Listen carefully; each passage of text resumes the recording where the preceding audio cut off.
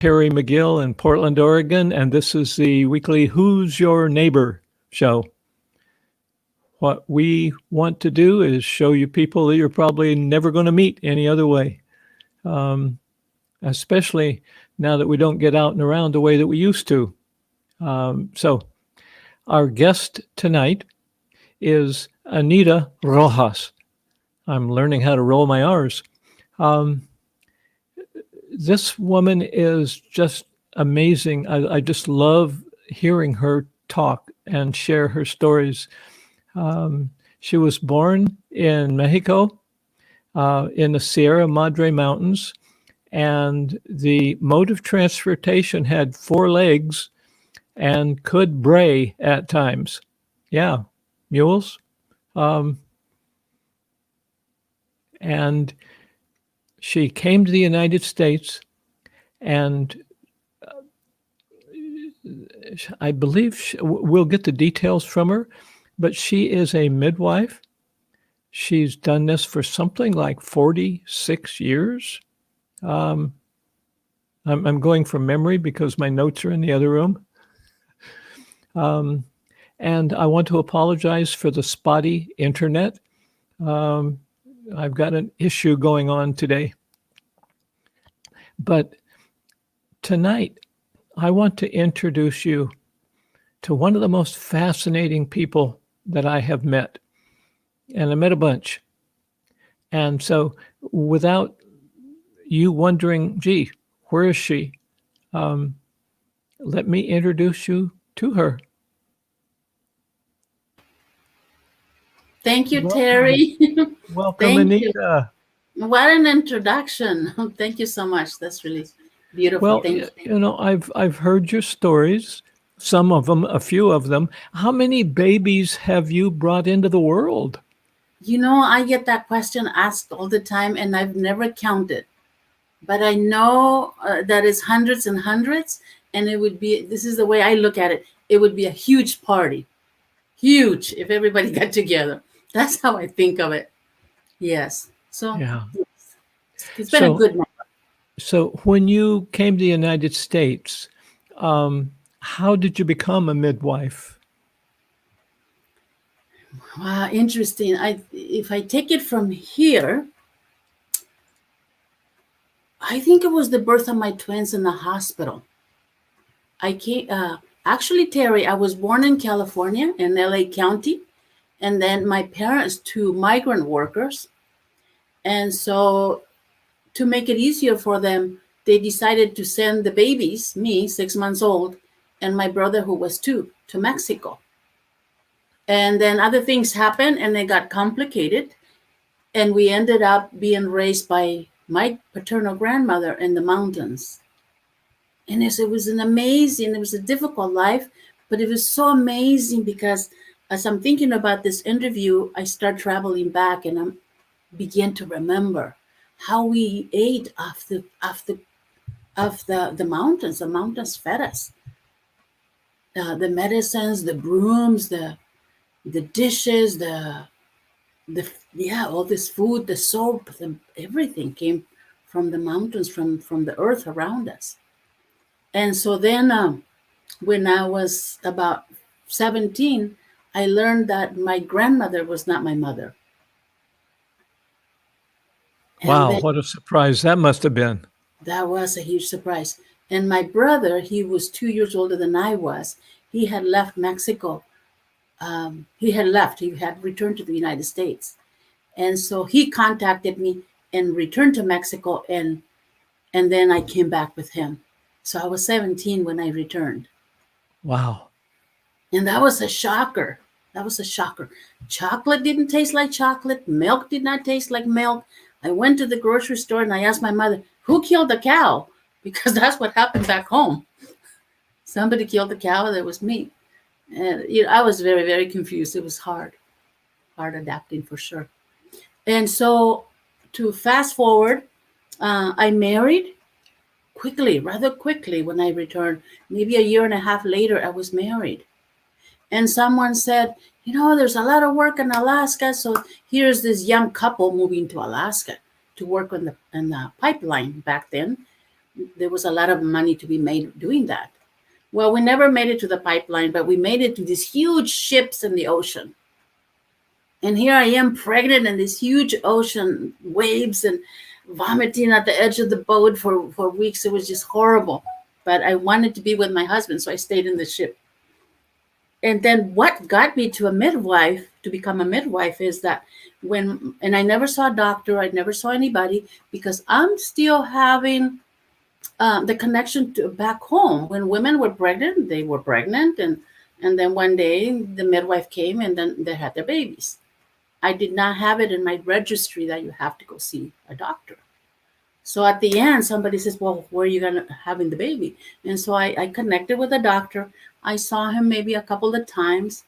And back then, to me, it was brutal the way that I was helped birth my babies.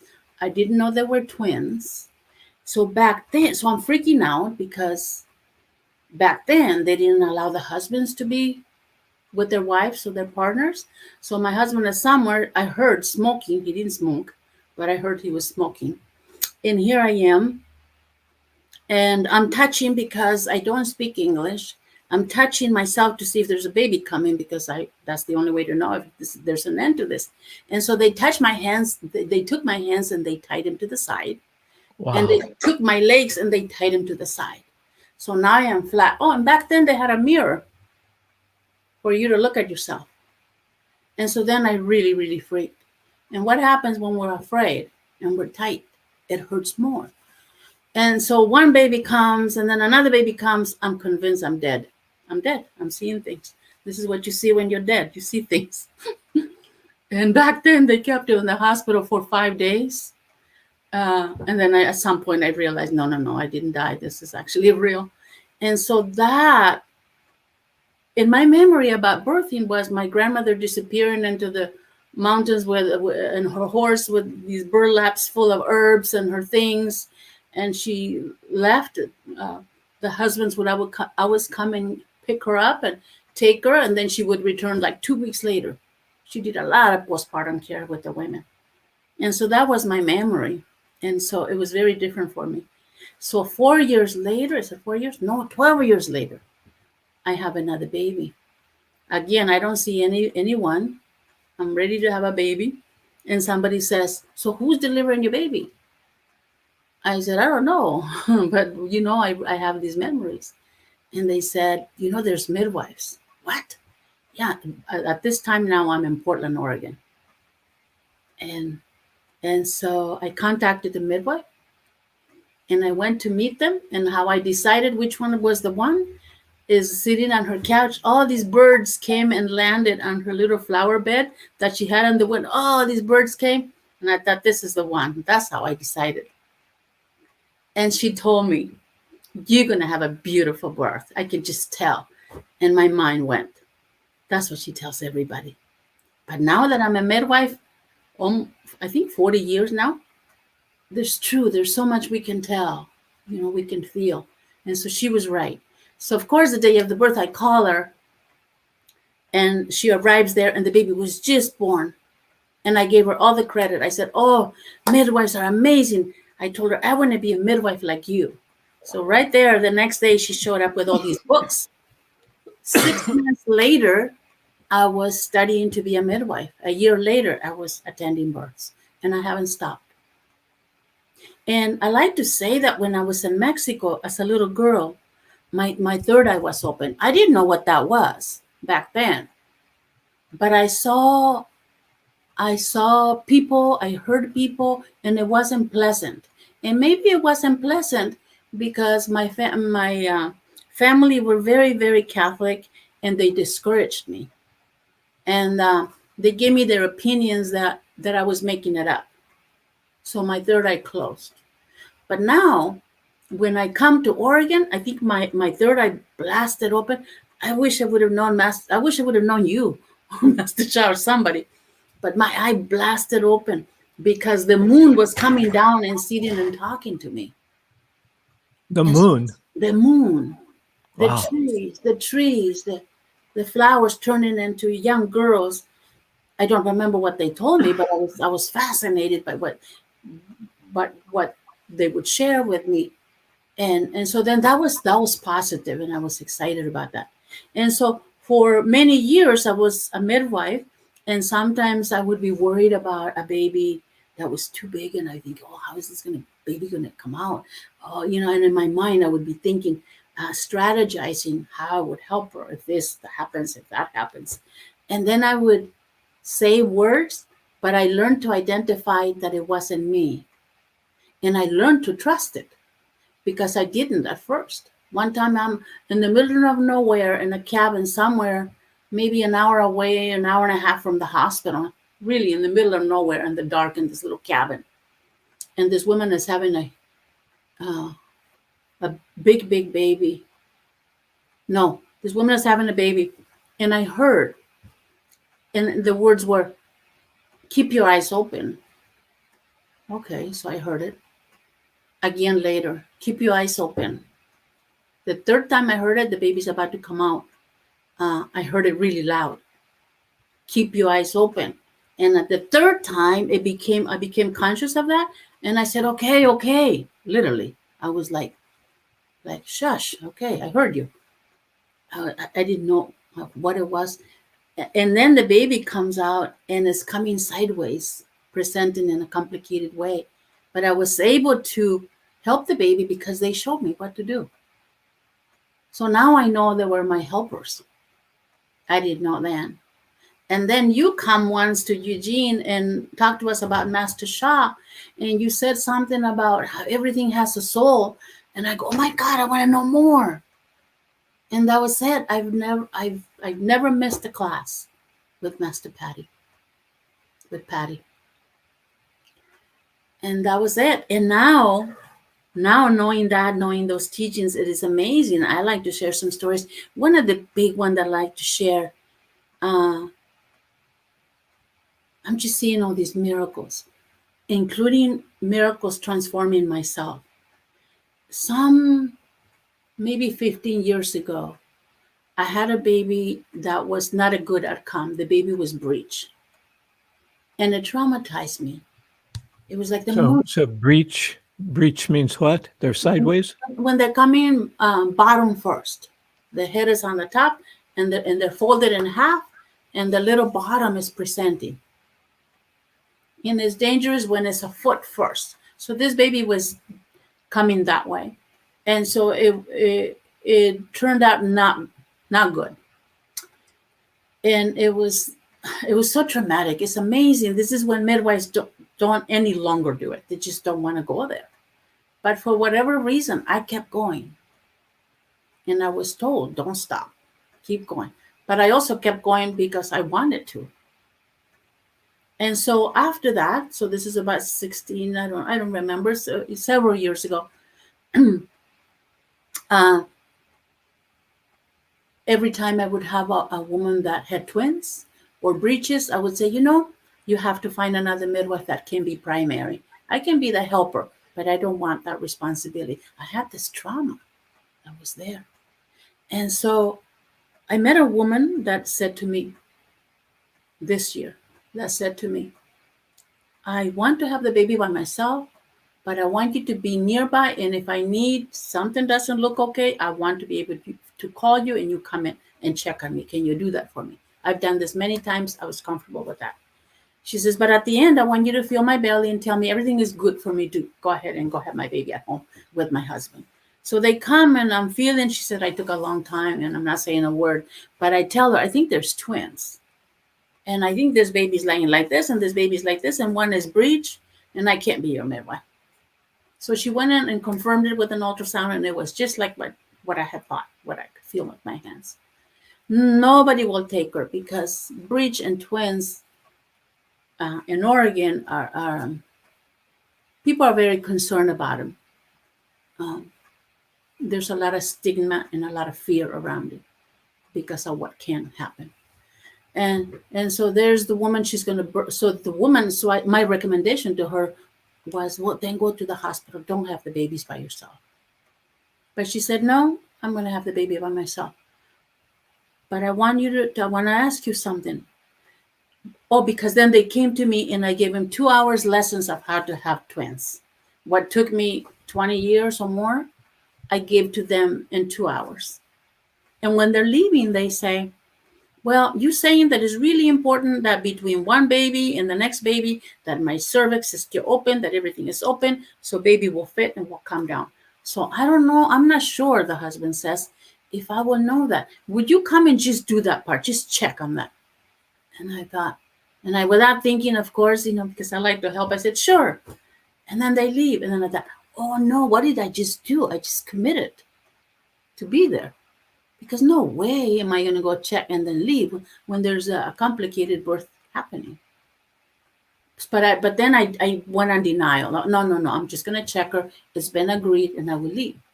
And so I'm outside of their house.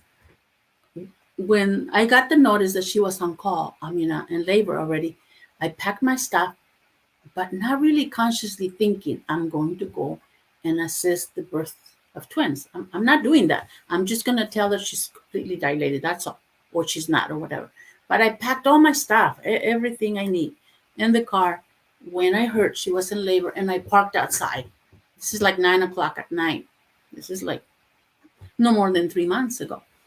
And, and then the Dr. Rulin has just done the first lesson on the Dow Science Messenger program. And I thought, oh, well, I'm going to look at this while I'm waiting outside. So I'm seeing the recording, and there's a recording where she's guiding us. You know how she does? Focus. And believe me, the fear was already so fat and juicy in front of me, all around me, because in the house inside, like, I don't know, 20 feet, there's a breech baby about to be born. So I don't have to dig around for what that feels like. It's there.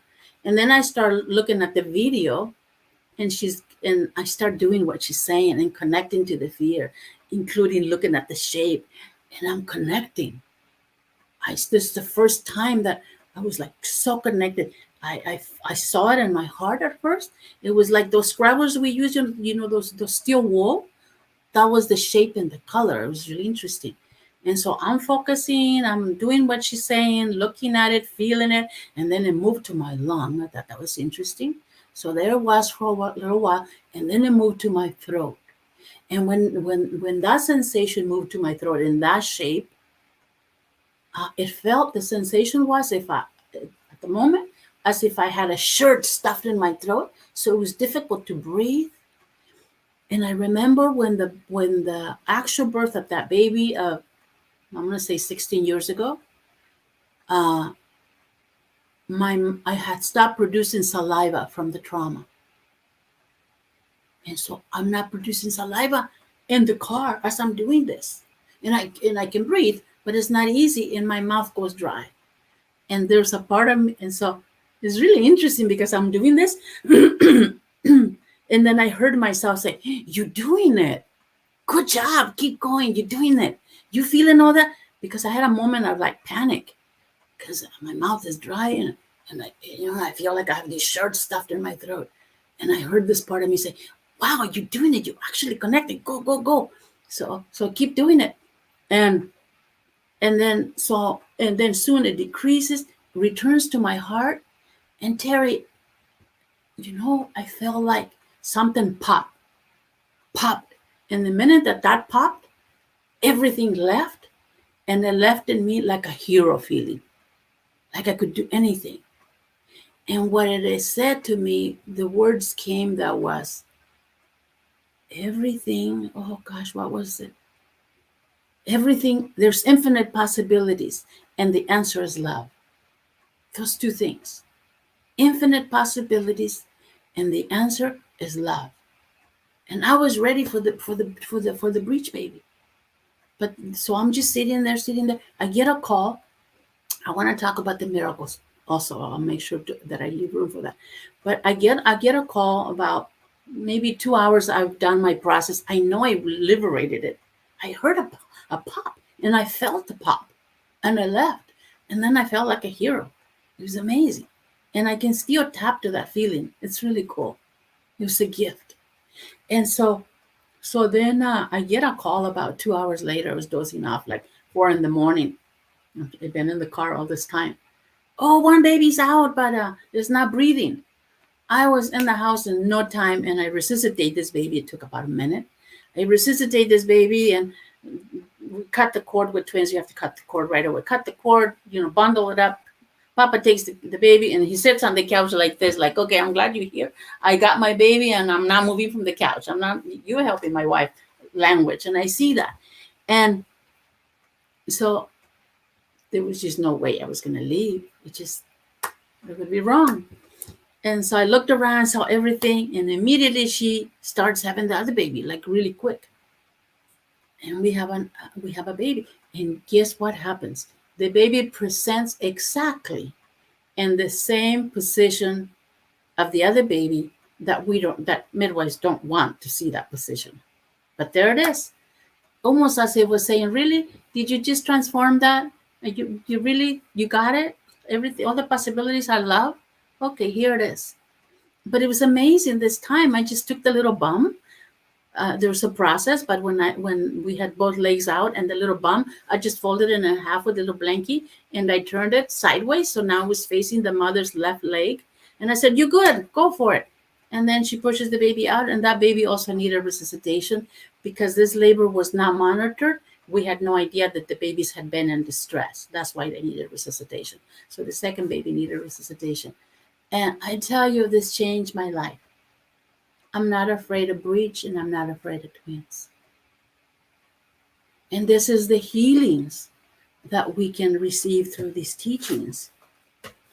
And if it's okay, unless you have a question. Just a note that we've got about 3 more minutes. Oh, I thought we had 10 more minutes until 8. Oh, okay. Well, we ended 8, but I'd like to take a couple of minutes. Okay, then I will share. What story will I share? She's seeing so many miracles. Where now I can use my down hands when the babies are not positioned correctly during the pregnancy. So would you share what down hands means?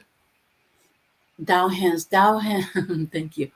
Down hands is the ability to send positive vibrational field to a condition that is not favorable. And so it's a high vibrational field of love and light that pushes out the negative energy and the vibrational field of that condition or that person's body. So that ties right back into infinite possibilities, and the only answer is love? Yes. And so it's wonderful because now I have this beautiful gift that the Master Shah, that heaven has given us and Mother Earth, this wonderful, powerful instrument that we can use, that I can use to help the women. And now every time I meet a new person, I tell them I am a midwife and I am a healer, and this is how it works and this is what it is. If something comes up, will I have your permission to offer you down hands? So Anita, if someone who's watching wants to connect with you, how can they do that? People usually, right now, I'm in the creation of my Facebook page, which is being created right now. So I don't have any of that yet. My phone number, that's how people connect to me. Great. So people just call. Our engineer, our magician in the back room. Or my email, or the email. Mm-hmm. So he can put both of those in the chat room, and people can connect with you. What areas do you work in? Preferably Eugene, Springfield, but I go to Salem, sometimes to Portland if I really connect with the mother and she really, really wants me to be there. But mostly my local area. So 50-mile radius along I-5. Yes, but I find myself going to Lincoln City, to the coast, Portland sometimes. Yes. It depends. It depends on the connection and what is needed. Mm-hmm. It would be fascinating to spend an hour and a half with you, and yet, it's a half-hour show. And what I do want to do is share with people where they can have an instantaneous experience of Dow hands if they haven't. And our engineer will post a link. So there's your email. He just put that into the chat room. Thank you, Karam. And I'll ask him to also put the I called it the MailChimp link because that's the way I think about it. And that will take them to a website where they can learn about Dow hands if they're interested. If they'd like to have an experience with Dow hands, there's a banner, an area right there's a MailChimp link right there, right at the very top, where they can click on it, and they can literally receive free a 10-minute Dow Healing Hands blessing. It's a one-time only, but it'll get them an experience. And then on that same page, there's videos of other people who have had some life-transforming experiences. You've met Gills or seen him on the webcasts, and we have a video of him there also. So I know that you have the ability to share one more miracle in 3 minutes. So would you do that?